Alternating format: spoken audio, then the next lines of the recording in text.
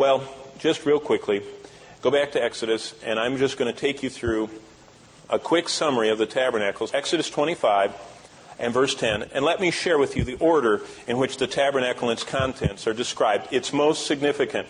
Exodus 25, verse 10, the first thing mentioned by God is the ark.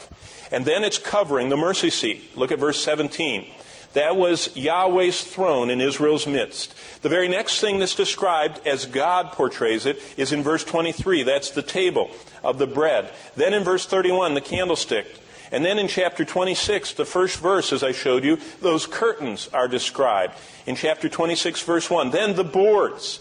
And then the tabernacle tent itself with its separating veil is at the end of chapter 26 in verse 31.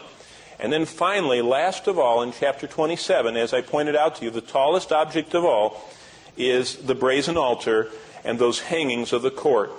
Thus, it can be seen in the order from the interior to the exterior. It's the order of God's grace. It's God coming from His throne, which is between the cherubim seated, right to the outer gate of the tabernacle and looking out at the lost world. It reminds us of 2 Corinthians 5, when it says on the cross, in Old King James, which is what I memorized, to wit, God was in Christ reconciling the world to Himself. Through the extended arms of Jesus Christ on the cross, the Apostle Paul said, God was in Christ looking out through Jesus Christ, the tabernacle of God at the world.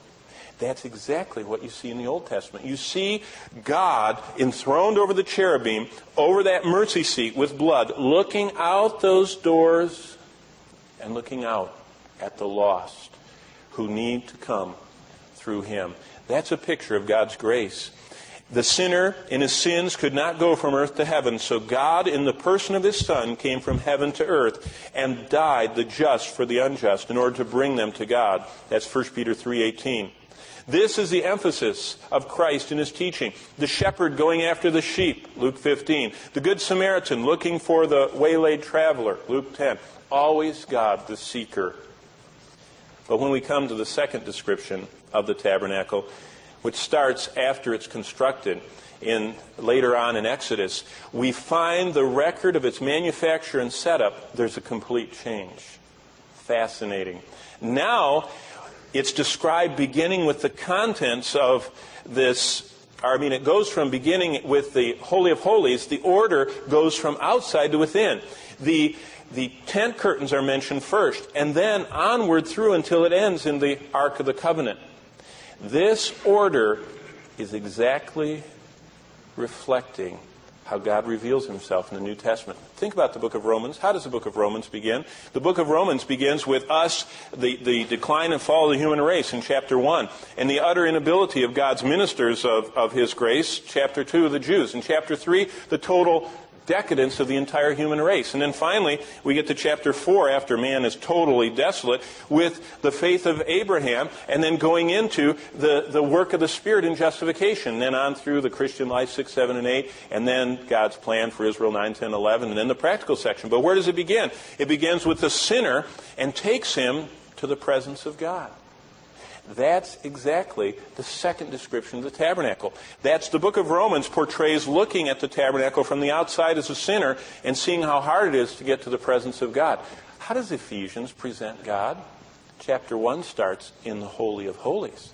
It starts chosen in Him for the foundation of the world, seated in the heavenly places, and it starts, as it were, in the very center of God's holy presence and flows outward to the sinners. And by the time we get to chapter 4, it's unspeakable to be even speaking of the things which are done of them in secret. And it's an entire reverse. Ephesians starts in the holy place and goes toward the sinner.